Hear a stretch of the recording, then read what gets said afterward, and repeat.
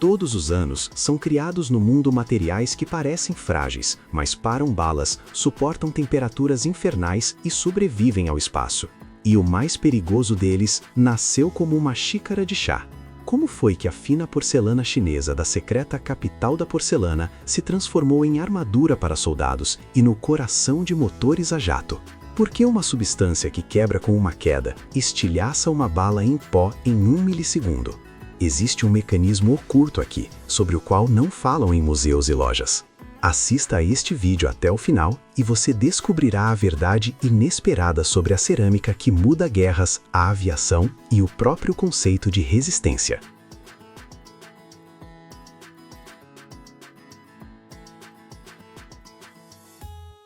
Primeiro, a tradicional porcelana chinesa, o rei de Jingdezhen, a capital da porcelana.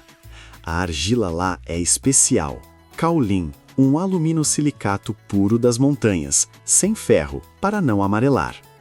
Pegam-na, moem até virar pó, misturam com feldespato e rocha argilosa. A mistura, 50% de kaolin, 25% de feldespato, 25% de quartzo, é triturada em água até virar um creme, filtrada e prensada em moldes. As peças moldadas secam por semanas, porque a espessura é menor que 5 milímetros, para não rachar. A primeira queima a 870 graus, biscoito, poroso como pão.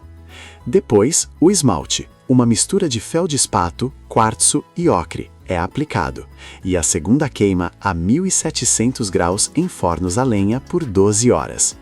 O fogo ruge, a temperatura sobe lentamente, o quartzo derrete, preenche os poros, o esmalte vítreo brilha como diamante.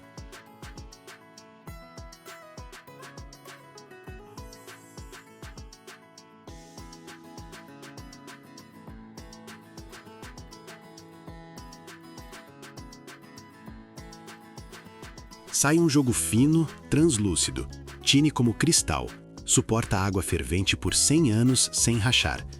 Os chineses guardaram o segredo por 1000 anos. Europeus copiaram demais em 1710, mas sem kaolin puro saía cinza. Hoje, Jingdezhen produz 500 mil toneladas por ano, exportando para 100 países.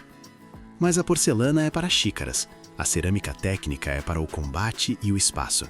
A receita básica é parecida, mas os aditivos mudam tudo. Armadura, carboneto de silício ou carboneto de boro. Argila mais silício mais carbono, prensado sob 30.000 psi, queimados a 2.538 graus em fornos a vácuo. O resultado são placas com menos de 10 milímetros de espessura, dureza de 9,5 na escala de Mohs, densidade de 2,5 gramas por centímetro cúbico, 2 vezes mais leves que o aço.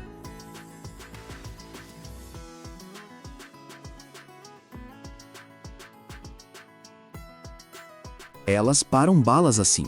Com o impacto, a cerâmica estilhaça o projétil em pó. A energia é absorvida por um suporte composto de Kevlar ou polietileno. Nos coletes à prova de balas ESAP, 6 kg de cerâmica suportam quase 8 mm a 853 metros, com dispersão do projétil em microns. O exército do ZUA compra 2 milhões de placas por ano, custa $300 a peça, mas salva vidas. Para motores, cerâmica de zircônia ou nitreto de silício. Aqui está a turbina de um motor a jato, gases a 1640 graus Celsius, pás girando a 50.000 rotações por minuto. O metal derrete, a cerâmica não. A condutividade térmica é 2 vezes menor. Oxida minimamente. Produção. O pó de zircônio é estabilizado com ítrio, granulado, prensado, sinterizado a alta temperatura com 30% de retração. Sai um homólito sem costuras. Em alguns motores, as pás de cerâmica pesam 30% menos, queimam por mais tempo.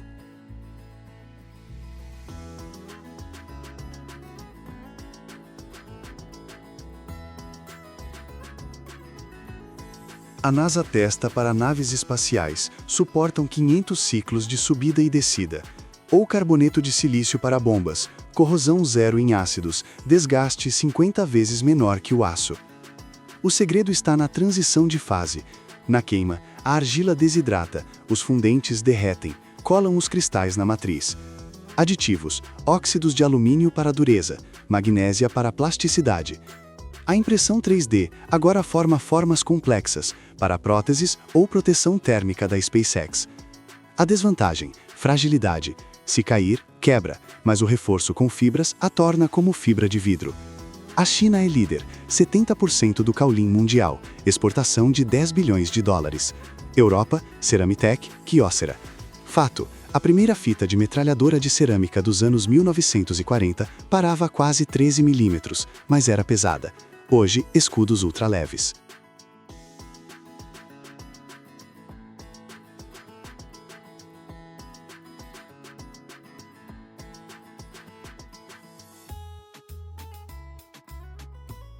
A cerâmica para armaduras e motores não foi inventada por um gênio. É uma evolução das guerras ao espaço. Tudo começou em 1918. Um major britânico, Neville Monroe Hopkins, notou que o aço coberto com uma fina camada de esmalte, ou seja, cerâmica primitiva, parava balas melhor que o aço nu. Testou na Primeira Guerra Mundial. Revolução, porque a cerâmica estilhaça o projétil e não o deixa passar. O verdadeiro avanço aconteceu em 1936. Richard Cook, da Goodyear Aerospace, patenteou a armadura cerâmica moderna, placas de óxido de alumínio ou mosaico de placas em fibra de vidro Doron. A ideia é simples: a cerâmica dura quebra a bala em pó, o suporte absorve a energia. No Vietnã, em 1965, deram aos pilotos de helicóptero o primeiro uso em combate contra armas leves.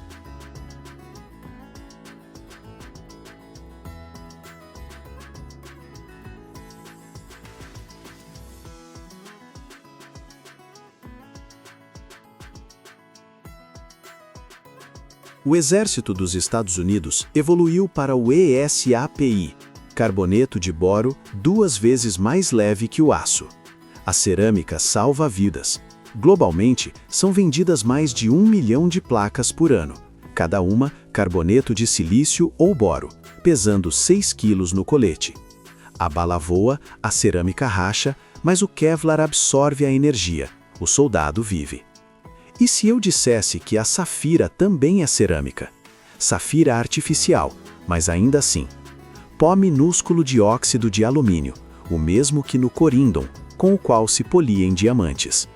Dele se faz safira artificial, não uma joia, mas um vidro ultra forte para miras e blindagem. O processo é como assar um biscoito ultra duro a temperaturas infernais. Primeiro, o pó puro é peneirado, misturado com 0,1% de magnésia para estabilidade. Depois, a chave, o método Quiropoulos ou Czochralski.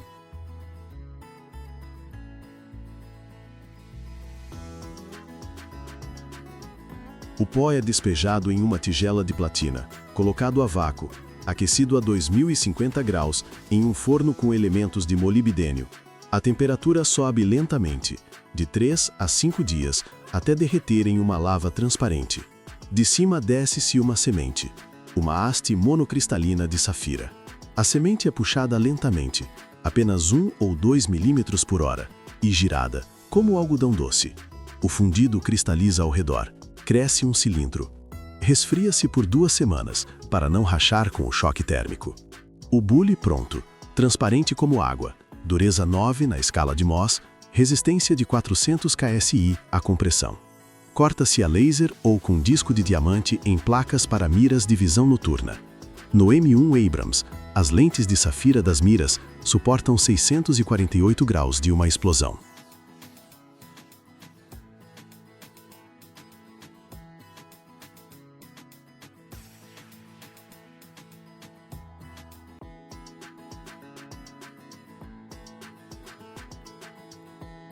Todos os anos, milhões de hectares de florestas são destruídos no mundo. E o paradoxo é que a maior parte dessa madeira nunca vira tábua. Ela racha, apodrece, quebra, vira lixo. Mas e se eu te dissesse, existe um material mais forte que a madeira maciça, criado literalmente de seus pedaços e capaz de suportar o peso de um carro? Parece um caos, mas por dentro, uma lógica de engenharia fria. Por que esse material sustenta casas, não tem medo de umidade e muda toda a indústria da construção? E o principal, Que segredo crítico sua produção esconde, sobre o qual quase ninguém fala? Assista até o final e você descobrirá algo que mudará sua ideia sobre madeira para sempre.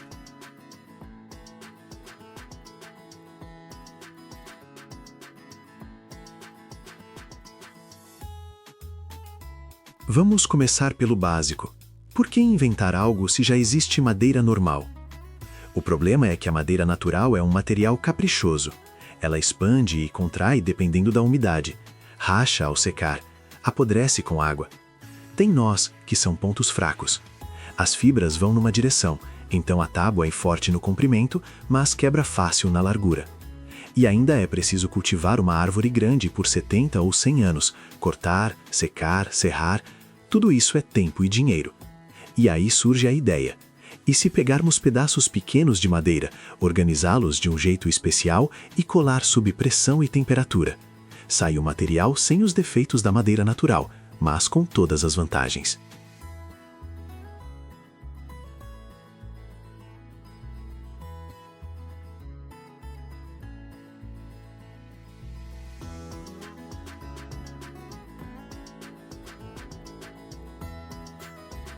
Além disso, pode-se usar resíduos de serrarias, espécies de árvores de crescimento rápido, até galhos e madeira fina, que antes eram simplesmente queimados ou deixados para apodrecer na floresta. A placa de partículas orientadas, OSB, é uma das invenções mais legais no processamento de madeira. Visualmente parece um caos, milhares de lascas finas e longas espalhadas em todas as direções e coladas juntas. Mas esse caos é cuidadosamente organizado.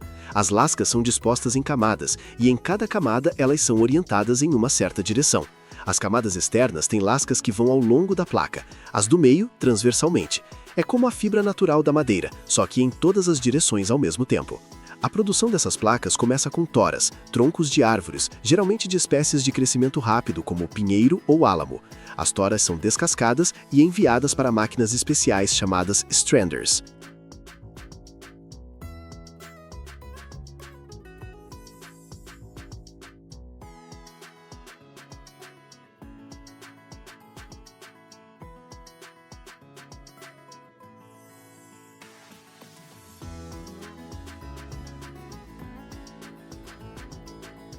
Essas máquinas literalmente aplanam a madeira em lascas longas e finas com comprimento de 3 a 6 polegadas, largura de cerca de 1 polegada e espessura de menos de 1 milímetro. Saem flocos longos, parecidos com cereais matinais grandes. As lascas frescas contêm muita umidade, até 50% de água por peso. Elas não servem para colar, por isso são enviadas para o secador, um tambor enorme ou esteira onde as lascas são sopradas com ar quente. A umidade cai para 2 a 5%. É importante não secar demais, porque lascas muito secas ficam quebradiças e colam mal. Depois acontece a mistura com cola. Usam-se resinas sintéticas especiais, mais frequentemente fenol formaldeído ou melamina formaldeído. Soa assustador, mas após a polimerização, essas substâncias tornam-se inertes e seguras. A resina representa cerca de 3 a 5% do peso das lascas.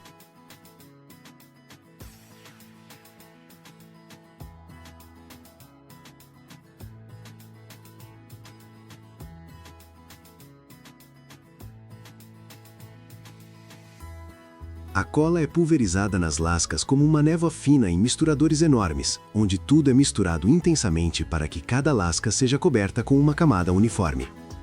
Agora o mais interessante, a formação do tapete. As lascas com cola são enviadas para a esteira através de orientadores especiais, dispositivos que alinham as lascas na direção certa. Primeiro coloca-se a camada inferior com lascas no sentido do comprimento, depois a camada do meio com lascas transversais. Depois a superior, de novo no comprimento. Forma-se um tapete fofo com espessura de cerca de 20 centímetros, que ainda não se parece nada com uma placa densa. Esse tapete vai para a prensa preliminar, que o comprime um pouco e remove o excesso de ar. E depois, o evento principal, a prensa quente. É uma máquina enorme com 2 placas de metal.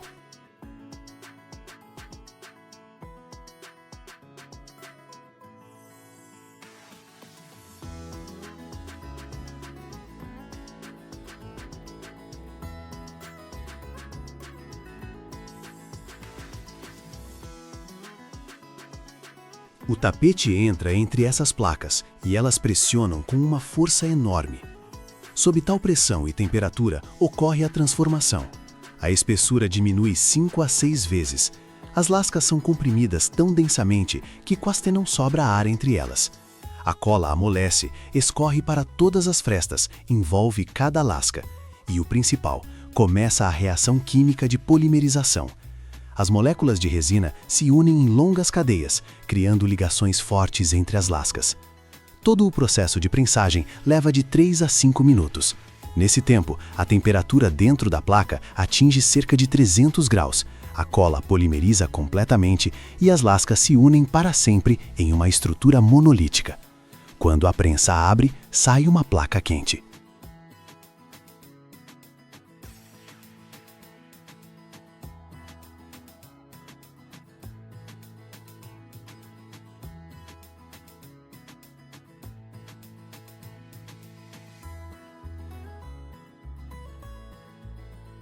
Mas isso ainda não é o fim. A placa quente precisa esfriar, senão pode deformar. Ela é empilhada por algumas horas ou soprada com ar em resfriadores especiais. Depois cortam as bordas, que sempre saem irregulares, lixam a superfície se necessário e cortam em folhas padrão que você vê nas lojas. O que sai como resultado? Uma placa que não tem direção de fibras, porque as lascas são orientadas em direções diferentes. Ela é igualmente forte no comprimento e na largura. Não racha nem delamina como uma tábua comum. Não empena com a umidade, pois as tensões internas são distribuídas uniformemente. E ainda usa árvores pequenas e resíduos, que nunca virariam uma tábua de qualidade.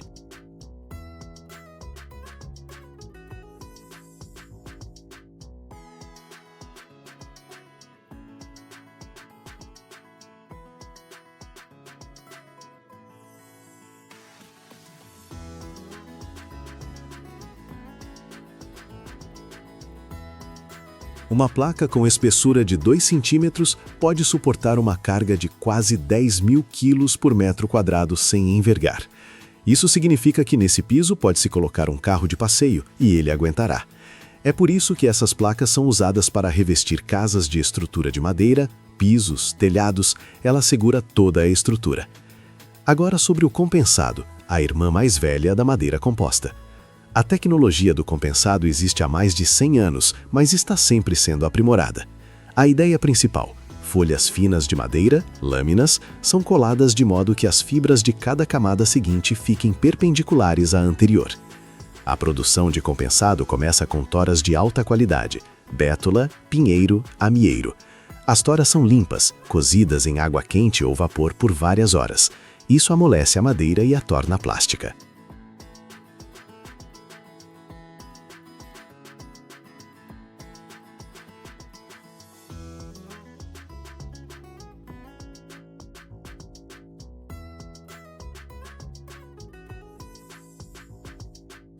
Depois, a tora é colocada em uma máquina especial, torno desfoliador, que gira a tora e com uma faca corta dela uma fita contínua de lâmina com espessura de 1 a 3 milímetros.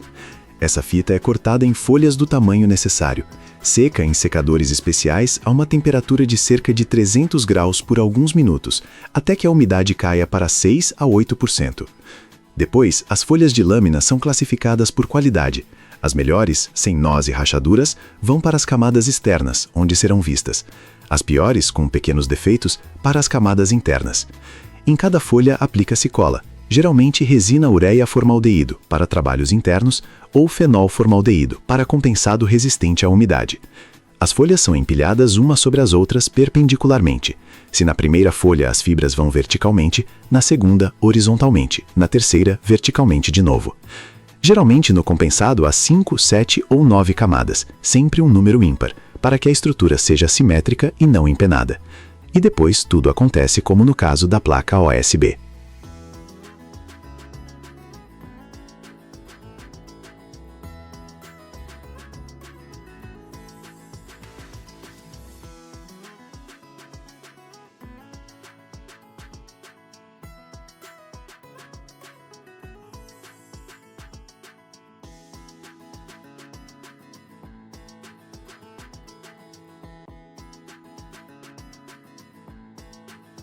E se eu te dissesse que em cada litro de gasolina há vestígios de vida que habitou a Terra há milhões de anos, e sem ela, o mundo moderno simplesmente pararia?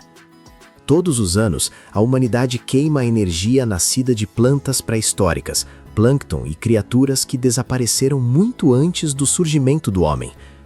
Mas quase ninguém sabe como a mistura preta e suja das profundezas de quilômetros se transforma em um líquido transparente capaz de mover bilhões de motores. Dentro das refinarias de petróleo ocorrem processos parecidos com o caos controlado, temperaturas como em fornos, pressões que rasgam metal e moléculas que se quebram e se remontam.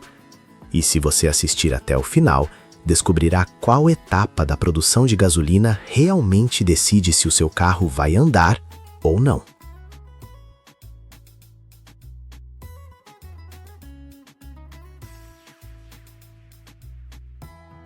Tudo começa com o petróleo bruto, que é bombeado do subsolo a profundidades às vezes de vários quilômetros. Esse petróleo não é uma substância homogênea, mas uma mistura complexa de milhares de hidrocarbonetos diferentes que se formaram ao longo de milhões de anos a partir de restos de organismos antigos. Imagine só, dinossauros, plantas pré-históricas e plâncton transformaram-se sob pressão e temperatura no que agora move a civilização moderna. Fato louco, né?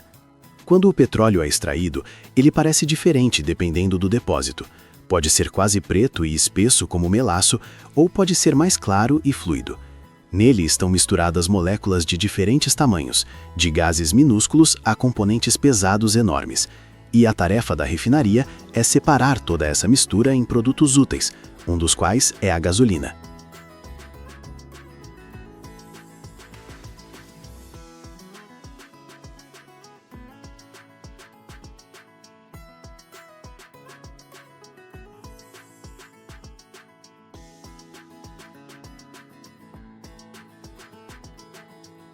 A primeira e mais importante etapa chama-se destilação fracionada. O petróleo é bombeado para uma enorme torre vertical, que pode atingir a altura de um prédio de 15 andares. Essa torre chama-se coluna de destilação e funciona segundo um princípio simples: diferentes substâncias fervem a diferentes temperaturas. Primeiro, o petróleo é aquecido a uma temperatura de cerca de 400 graus Celsius, em um forno especial. A essa temperatura, a maioria dos componentes do petróleo vira vapor. Essa mistura de vapor quente é lançada na parte inferior da coluna de destilação. Dentro da torre estão instalados dezenas de pratos horizontais em diferentes alturas. E é aqui que começa a verdadeira mágica da separação.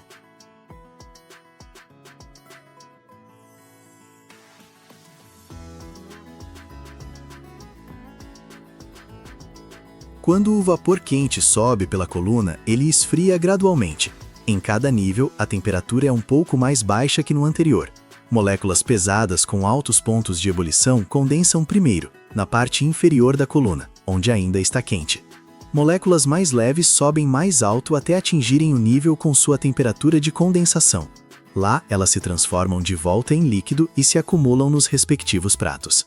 Os gases mais leves, como propano e butano, passam por toda a torre e saem por cima a temperaturas de cerca de 30 graus. Um pouco mais abaixo, a temperaturas de 65 a 200 graus, acumula-se a fração de gasolina. São as moléculas que nos interessam. Ainda mais abaixo em temperatura, obtém-se querosene e combustível diesel. E bem no fundo fica o combustível pesado para navios e a matéria-prima para asfalto.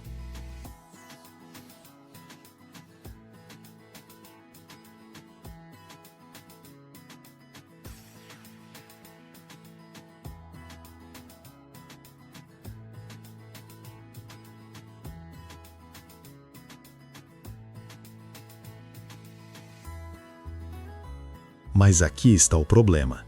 Se simplesmente separarmos o petróleo em frações, não sai muita gasolina, cerca de 15 ou 20% do volume total.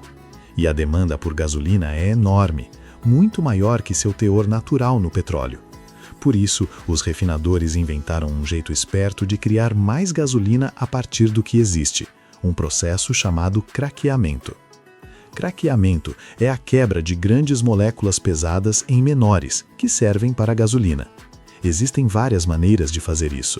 O craqueamento térmico simplesmente aquece o petróleo pesado a temperaturas extremas de cerca de 500 graus sobre alta pressão. Nessas condições, longas cadeias de átomos de carbono literalmente se rompem em pedaços mais curtos.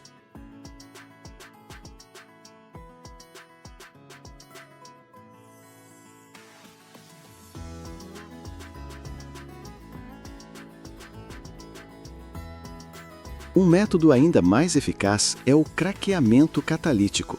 Aqui usam-se substâncias especiais, catalisadores, geralmente aluminosilicatos, que aceleram as reações químicas sem aquecer a temperaturas tão loucas. O petróleo pesado é misturado com pó quente de catalisador a temperaturas de cerca de 1000 graus, e as moléculas se quebram muito mais rápido e eficientemente. Após a reação, o catalisador é regenerado e usado repetidamente. Existe também o hidrocraqueamento, onde além da alta temperatura e do catalisador, adiciona-se hidrogênio sob pressão de até 1 tonelada ou 1,5 toneladas por polegada quadrada. O hidrogênio ajuda a limpar as moléculas, removendo enxofre e nitrogênio, que podem ser prejudiciais. Esse processo produz a gasolina mais limpa e de alta qualidade.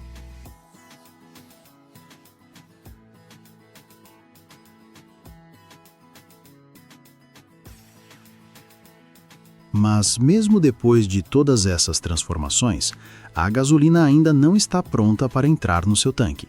É preciso melhorar suas propriedades através de processos chamados reforma e alquilação. A reforma muda a estrutura das moléculas de gasolina, aumentando o seu número de octanas, um indicador de quão resistente o combustível é à detonação no motor. Gasolina de baixa octanagem pode se auto-ignificar nos cilindros do motor na hora errada, o que causa batidas e pode danificar o motor. Na reforma, as moléculas de gasolina passam por uma série de reatores com catalisadores de platina, a uma temperatura de cerca de 500 graus. Lá, cadeias retas de átomos se reorganizam em estruturas ramificadas e moléculas anelares, que têm maior número de octanos. Antigamente, para aumentar a octanagem, adicionava-se chumbo, mas descobriu-se que ele é tóxico e polui o meio ambiente. Por isso, foi abandonado ainda nos anos 1990.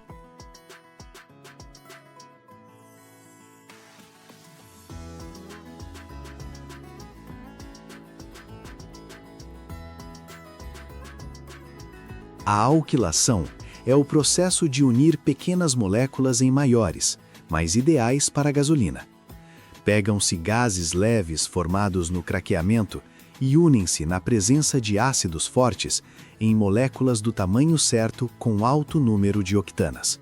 É um processo caro, mas fornece componentes de gasolina premium. Após todas essas transformações, diferentes fluxos de gasolina são misturados em proporções exatas para obter o produto final com as características necessárias. À mistura, adicionam-se ainda um monte de aditivos, substâncias que melhoram várias propriedades. Detergentes limpam o motor de depósitos. Antioxidantes previnem a deterioração da gasolina durante o armazenamento. Inibidores de corrosão protegem o sistema de combustível contra a ferrugem. Corantes são adicionados para que diferentes tipos de gasolina possam ser distinguidos visualmente.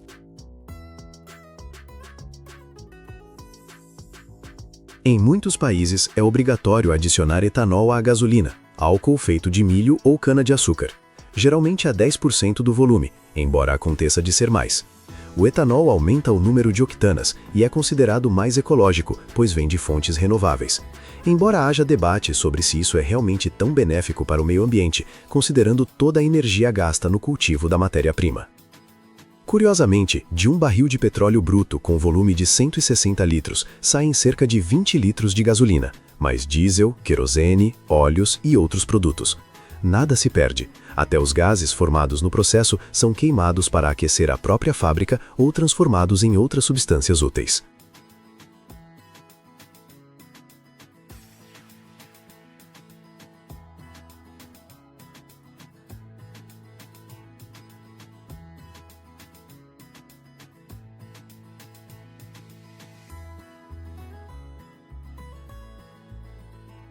Uma refinaria de petróleo moderna é uma cidade de tubos, torres, reatores e tanques, que pode ocupar uma área de vários quilômetros quadrados. Todo o complexo é controlado por computadores, que monitoram milhares de parâmetros simultaneamente: temperatura, pressão, velocidade dos fluxos, composição dos produtos. Um erro nas configurações pode custar milhões de dólares ou até levar a um acidente. Os padrões ambientais estão ficando cada vez mais rígidos, por isso as fábricas estão constantemente se modernizando, instalando novos equipamentos para limpeza de emissões, reduzindo o consumo de energia. A produção de gasolina tornou-se muito mais limpa do que há 30 ou 40 anos, embora ainda continue sendo intensiva em energia e tenha impacto no meio ambiente.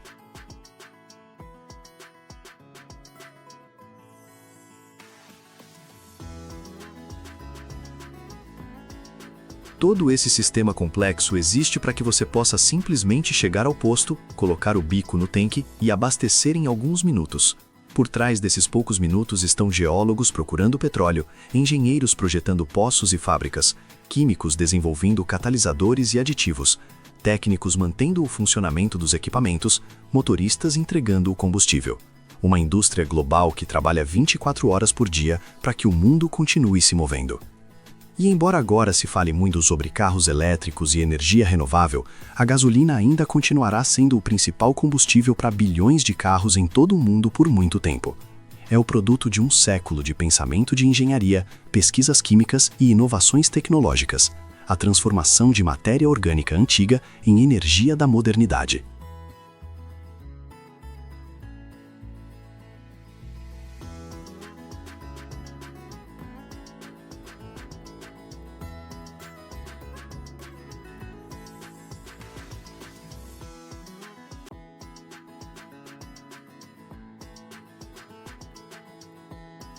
A cada hora, máquinas que pesam dezenas de toneladas operam no mundo sem direito a erro. Mas e se eu dissesse que a confiabilidade delas não depende de uma camada grossa de aço, mas de uma pele invisível, mais fina que uma unha? Sem chama, sem fornos, sem toque. Em um galpão enorme, uma engrenagem fria do tamanho de uma casa aquece em questão de segundos, como se um vulcão tivesse acordado dentro dela. Campos magnéticos comprimem átomos, o metal brilha, e então, o golpe gelado da água. Por que a superfície incandescente se torna quase indestrutível, enquanto o núcleo permanece vivo e elástico? E o principal, que erro crítico cometem aqueles que acham que o aço só é temperado em fornos? Assista até o final, e você descobrirá o segredo da armadura invisível, sem a qual todo o mundo moderno pararia.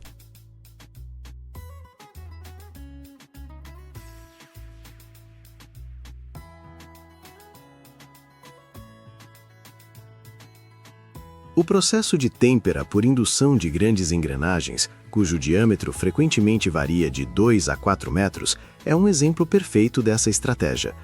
Após a conclusão da etapa de forjamento e usinagem preliminar, os dentes de grandes redutores passam por um endurecimento local. A principal dificuldade está em aquecer apenas a fina área externa do metal sem transferir calor excessivo para dentro da peça. Isso é alcançado graças ao uso de correntes de alta frequência. Um indutor especial, cuja forma repete exatamente o perfil do dente, cria um campo magnético alternado potente ao redor do metal. Esse campo gera correntes parasitas dentro do aço, que, devido à resistência elétrica do material, aquecem instantaneamente a superfície até a temperatura crítica, que geralmente é de 900 graus Celsius.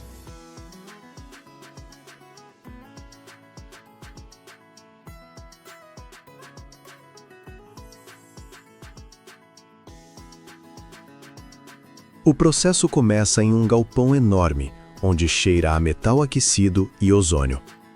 No meio do salão está uma máquina que parece uma plataforma de lançamento de foguetes espaciais.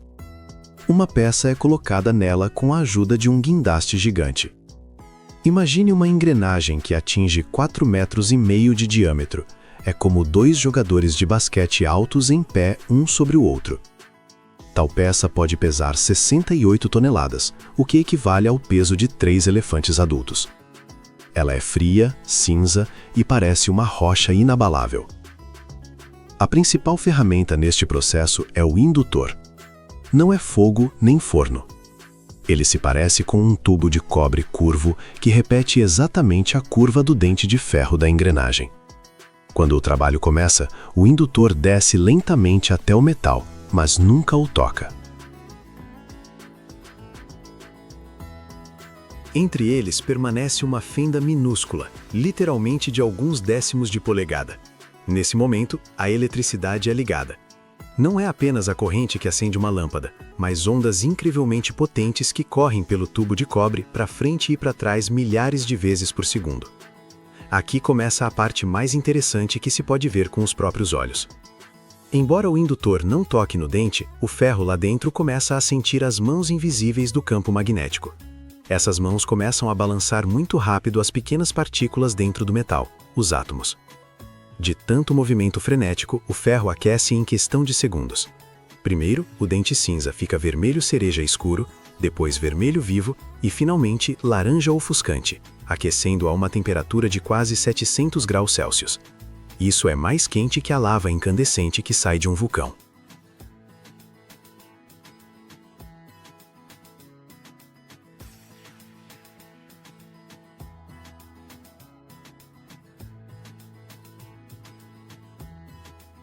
Mas o milagre é que apenas a fina casca na superfície do dente aquece, enquanto o núcleo permanece calmo e frio.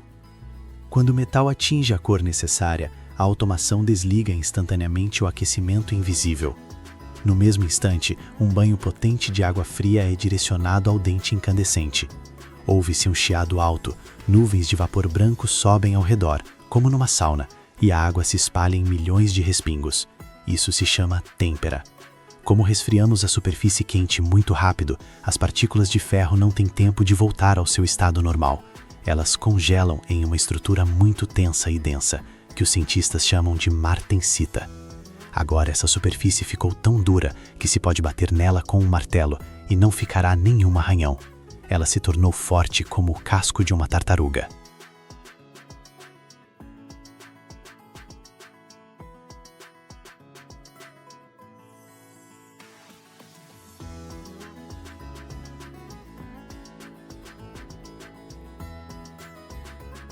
Quando o vapor se dissipa, vemos que o dente ficou cinza novamente, mas agora tem uma textura fosca e nobre.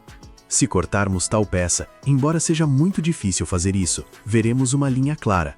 Em cima, uma camada com espessura de alguns décimos de polegada, dura como pedra, e embaixo, aço comum e viscoso, que pode dobrar um pouco e amortecer durante impactos. É a combinação perfeita. A casca dura não deixa os dentes se desgastarem quando pressionam uns aos outros com força de milhares de libras, e o meio macio garante que a peça não se desfaça em pedaços com vibração ou um choque repentino.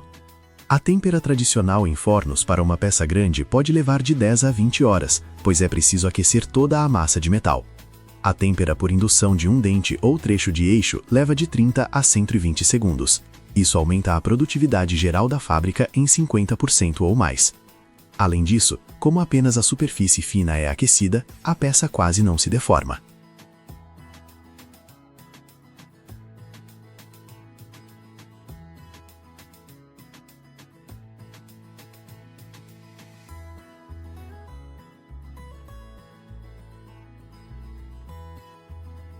As distorções após a têmpera por indução são geralmente 2 ou 3 vezes menores do que após o aquecimento no forno, o que permite gastar muito menos tempo no lixamento final da peça. Essa tecnologia é usada em todos os lugares onde gigantes trabalham. Graças a isso, os trilhos por onde trens pesados passam todos os dias não viram pó sob as rodas de aço. Eixos de enormes turbinas em usinas elétricas podem girar por anos sem parar, sem perder sua forma. Até lagartas de tanques ou grandes escavadeiras passam por esse banho elétrico para que pedras e areia não possam danificá-las.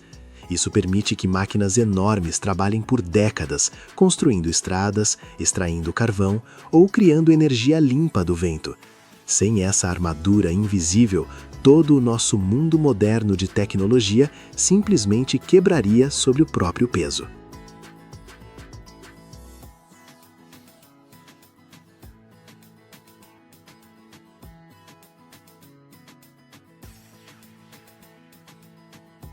A área de aplicação dessa tecnologia abrange todos os nós que trabalham em condições extremas. Isso se aplica a eixos de locomotivas, onde é necessária resistência a uma pressão colossal, eixos de turbinas potentes de usinas elétricas e esteiras de lagartas de equipamentos de construção pesada. Por exemplo, em redutores gigantes de instalações eólicas localizadas em mar aberto ou em mecanismos de escavadeiras de mineração, os dentes das engrenagens devem trabalhar por anos sob carga de milhares de libras por polegada quadrada. Sem a criação dessa casca resistente ao desgaste, o metal se desgastaria em poucos meses. Assim, a têmpera por indução transforma o aço forjado comum em uma armadura de alta tecnologia, garantindo a confiabilidade de estruturas de engenharia em escala planetária.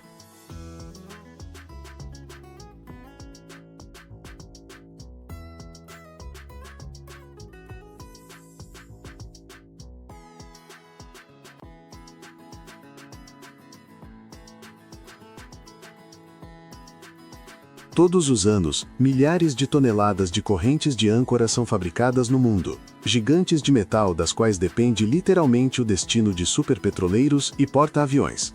Mas e se eu dissesse que um único elo dessa corrente pode pesar mais que 3 adultos juntos e suportar cargas de milhares de toneladas durante uma tempestade?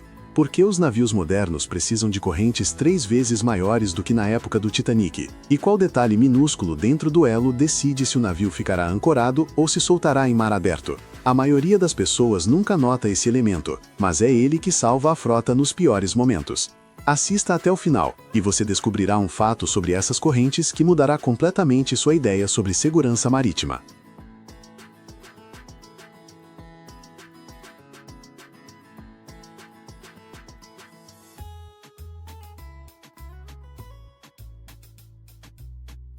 As correntes de âncora dos modernos superpetroleiros e porta-aviões impressionam pelo tamanho. O peso de um único elo pode chegar a 250 quilos, aproximadamente o peso de 3 homens adultos juntos. Para comparar, o lendário Titanic, que partiu em sua única viagem em 1912, tinha correntes com elos pesando cerca de 80 quilos. Em um século, o tamanho dos navios e de seus sistemas de âncora triplicou. Essa é a resposta aos novos desafios. Os petroleiros modernos atingem 400 metros de comprimento e pesam centenas de milhares de toneladas com carga total. Porta-aviões da classe Nimitz pesam cerca de 100 mil toneladas. Manter esses gigantes no lugar é uma tarefa que exige correntes de resistência incrível.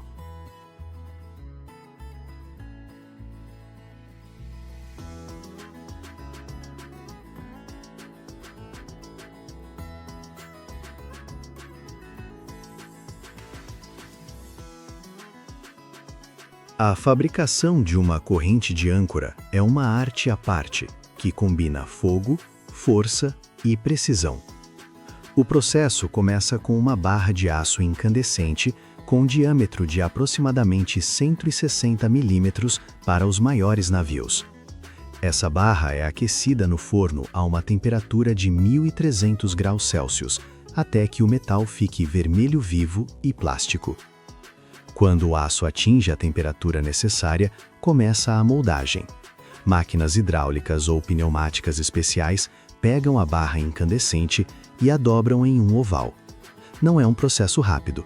Cada movimento deve ser controlado para que o metal não rache e mantenha sua estrutura interna. Os mestres sabem, se dobrar muito rápido, a barra quebra. Muito devagar, esfria e fica quebradiça.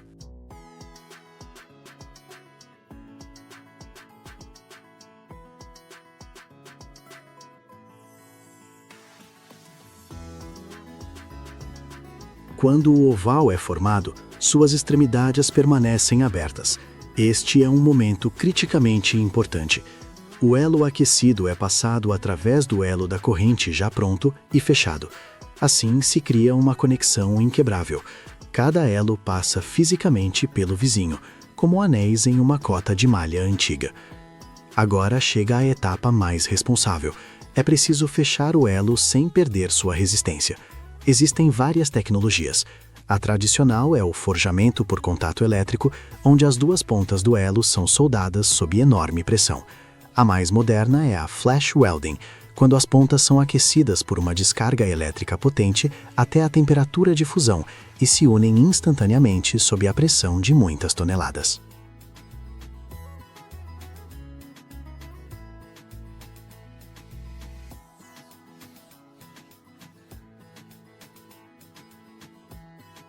O local da união é o ponto mais vulnerável do elo. Aqui, o aço sofreu as maiores cargas térmicas e mecânicas. Por isso, após a soldagem, o elo é aquecido novamente e forjado sobre um martelo potente de várias toneladas. Cada golpe do martelo compacta o metal, alinha sua estrutura, elimina microporos invisíveis que poderiam se tornar pontos de futura ruptura. O processo lembra como os ferreiros medievais forjavam repetidamente as lâminas de espadas, só que a escala é totalmente diferente. O martelo cai de uma altura de vários metros, criando um impacto com força de dezenas de toneladas. O aço incandescente salta faísca sob os golpes, adquirindo gradualmente densidade e forma ideais.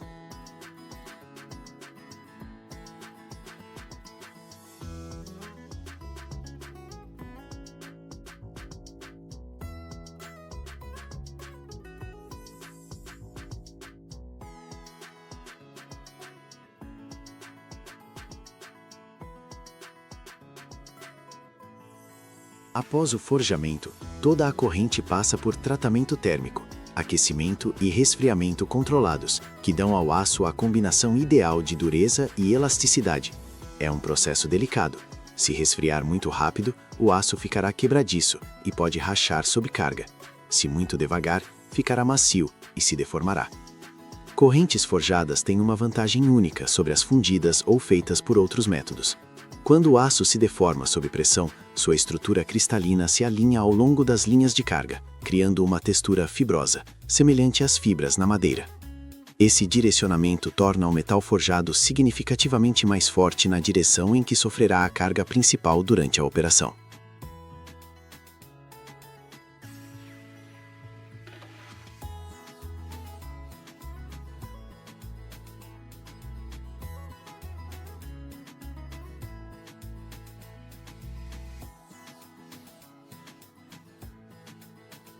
Nenhuma corrente vai para o navio sem testes rigorosos. Primeiro, inspeção visual. Cada elo é examinado quanto a rachaduras, irregularidades, defeitos de soldagem. Depois, escaneamento ultrassônico, que detecta poros e rachaduras internos, invisíveis a olho nu. Raio-X verificam a qualidade das juntas soldadas. Mas o teste mais responsável é o mecânico. Trechos da corrente são fixados em bancadas de teste hidráulicas e submetidos a uma carga que excede a de trabalho em 1,5 a 2 vezes.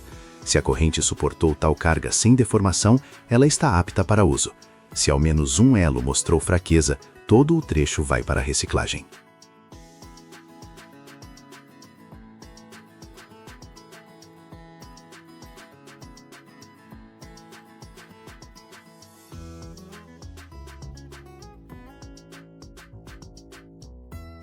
Para as maiores correntes, esses testes impressionam pela escala.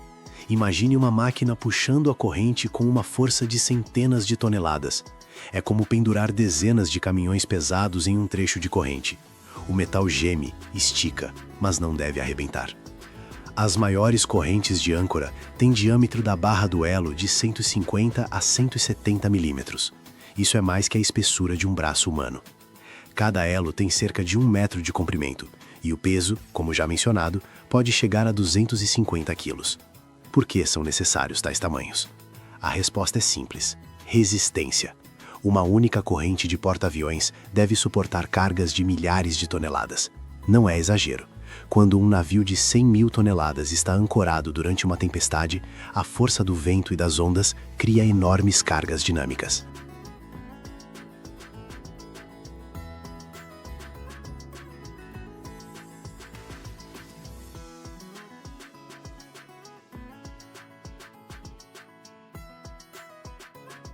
A corrente não deve apenas segurar o navio, ela deve absorver esses golpes, esticar e comprimir, funcionando como um amortecedor gigante. O comprimento da corrente também é crítico. Para grandes navios, pode ser de centenas de metros. O porta-aviões americano da classe Nimitz tem correntes de calibre 120 mm e cada elo pesa 163 kg. O comprimento total da corrente a bordo pode passar de 500 metros e o peso total de todas as correntes, mais de 200 toneladas. Se você olhar de perto as correntes de âncora profissionais, pode notar um detalhe interessante. Dentro de cada elo há uma barra transversal, o stud, stay. Esse detalhe pequeno, ao que parece, desempenha um papel enorme. O stay não deixa os elos se deformarem sob carga, torcerem ou dobrarem como uma sanfona.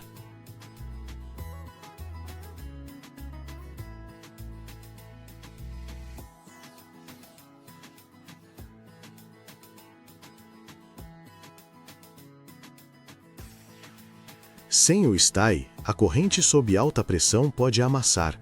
Os elos começarão a entrar uns nos outros e toda a estrutura perderá resistência. O stay é soldado ou forjado dentro do elo durante a fabricação e se torna parte integrante dele. Para as maiores correntes, esse stay sozinho pode pesar de 20 a 30 quilos. Criar a corrente é metade do trabalho. Ainda é preciso protegê-la do principal inimigo de todas as estruturas metálicas no mar, a corrosão. A água salgada, especialmente em latitudes tropicais, é extremamente agressiva. Sem proteção, até o aço mais forte começará a enferrujar em meses. O método mais comum de proteção é a galvanização a quente. A corrente pronta é mergulhada em um banho com zinco derretido a uma temperatura de 450 graus Celsius. O zinco cobre cada centímetro da superfície com uma camada grossa, que serve como ânodo de sacrifício. Ele oxida no lugar do aço, protegendo o metal base.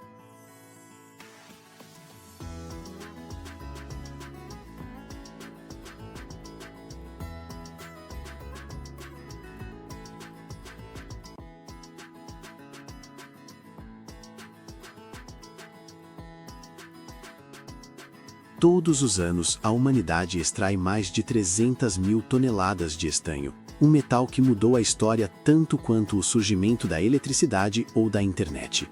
Imagine só, apenas alguns gramas desse metal dentro do seu telefone mantém juntos milhares de contatos microscópicos. E agora, imagine que sem o estanho, a idade do bronze nunca teria existido. Mas há um segredo que a indústria esconde cuidadosamente. Assista até o final. Você vai descobrir um fato sobre o estanho que vai virar sua percepção sobre a eletrônica moderna de cabeça para baixo.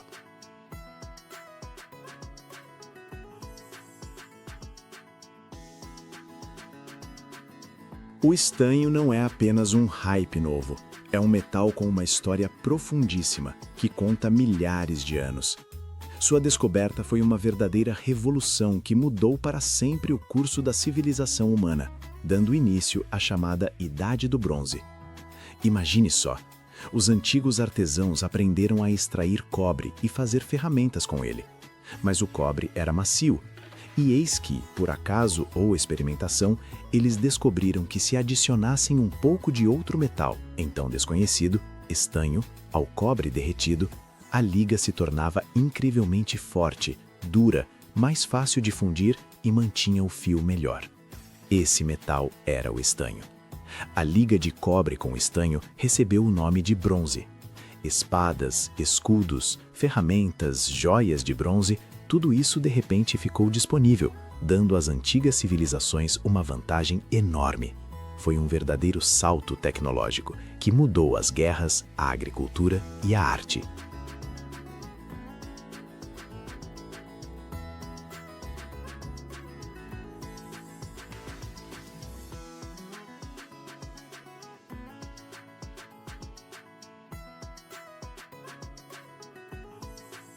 O estanho tornou-se tão valioso que houve uma verdadeira luta por seus depósitos, e as rotas comerciais para as minas de estanho, por exemplo, na Grã-Bretanha, na Cornualha, eram extremamente importantes.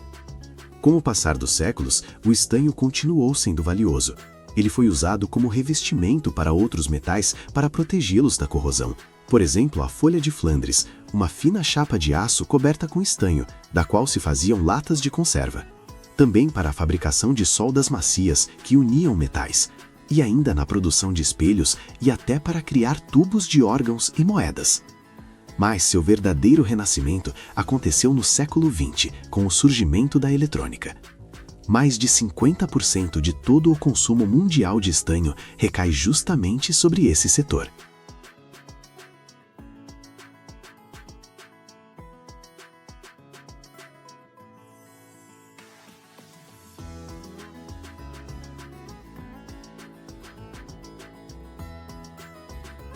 Soldas. Esse é o seu papel principal. Seu computador, smartphone, TV, dentre deles milhares de componentes elétricos estão conectados entre si. Essas conexões são feitas com a ajuda de solda, que na maioria das vezes é uma liga de estanho com outros metais. Por exemplo, com chumbo, no passado. Agora principalmente com cobre, prata ou níquel. O estanho é ideal para soldas, pois tem um ponto de fusão relativamente baixo, o que permite derretê-lo facilmente e formar conexões sem danificar os componentes eletrônicos sensíveis. Além disso, o estanho molha os metais, ou seja, espalha-se facilmente pela superfície, formando uma conexão elétrica e mecânica forte. Também tem boa condutividade elétrica e é resistente à corrosão.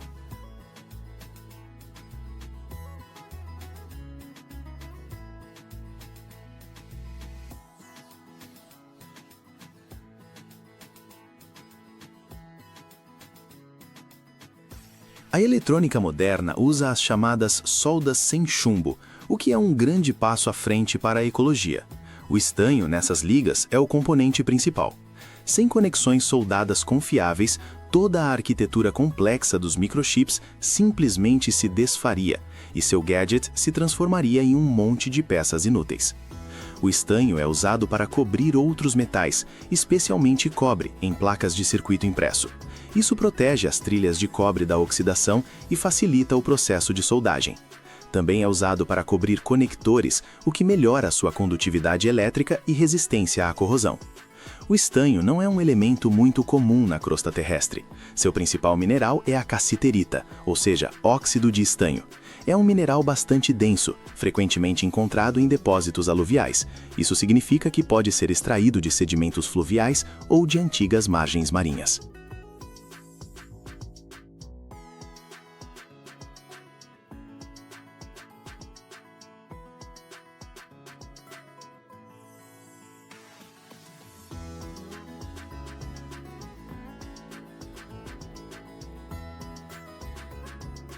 Mais de 70% da extração mundial de estanho está concentrada em 4 países do Sudeste Asiático e da América do Sul: China, Indonésia, Mianmar e Peru. Isso torna o mercado de estanho bastante sensível a eventos políticos e econômicos nessas regiões. A extração de estanho começa com a fase de exploração. Geólogos, armados com tecnologias modernas, realizam pesquisas, perfurações e análises de amostras de solo e rochas para encontrar locais onde a concentração de cassiterita seja alta o suficiente para uma extração economicamente viável. Quando o depósito é identificado, começa seu desenvolvimento, que pode seguir 2 caminhos principais, dependendo do tipo de depósito. O primeiro e mais comum método de extração de estanho é de depósitos aluviais.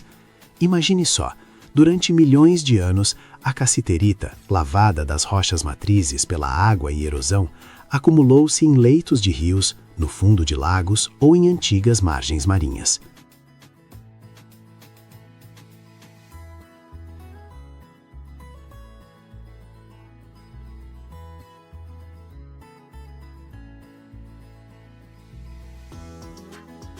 Ela se depositava como areia na forma de aluviões. A extração desses depósitos costuma ser menos complexa do que de minas subterrâneas. Aqui usam-se dragas enormes, fábricas flutuantes que retiram toneladas de solo e cascalho do fundo dos corpos d'água.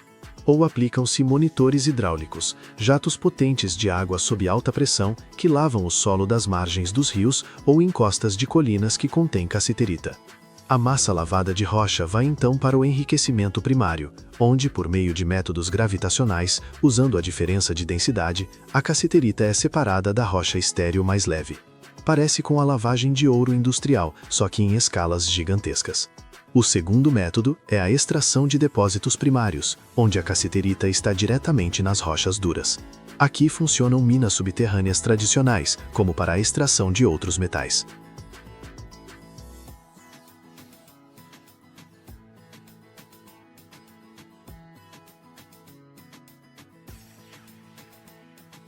Os mineiros perfuram túneis e furos nas rochas, usam explosivos para destruir o veio de minério e depois carregadeiras coletam o minério e o transportam para a superfície. É uma extração mais cara e complexa, que exige equipamentos potentes e o cumprimento de rigorosos protocolos de segurança. Após a extração, o minério, independentemente de sua origem, vai para a usina de enriquecimento.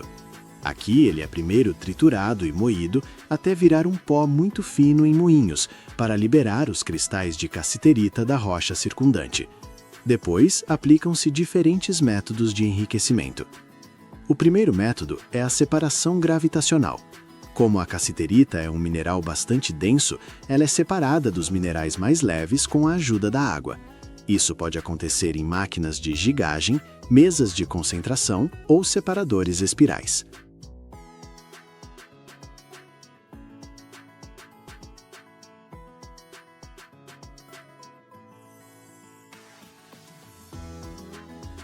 O segundo método é a flotação. Às vezes, para enriquecimento adicional ou para separar a cassiterita de outros minerais, aplica-se a flotação, onde a cassiterita adere seletivamente às bolhas de ar e sobe à superfície como espuma. Como resultado de todos esses processos, obtém-se um concentrado de estanho, que já contém mais de 50% de cassiterita ou até mais. Esse concentrado segue então para a usina metalúrgica para a obtenção de estanho metálico puro. Aqui o concentrado, que é óxido de estanho, é misturado com carvão, que age como agente redutor, e fundentes. Fundentes são substâncias que ajudam a separar as impurezas. Essa mistura é aquecida em fornos especiais a altas temperaturas, geralmente cerca de 1.300 graus Celsius. Nessas temperaturas, o carbono tira o oxigênio do óxido de estanho, liberando estanho metálico puro, que derrete e escorre para o fundo do forno.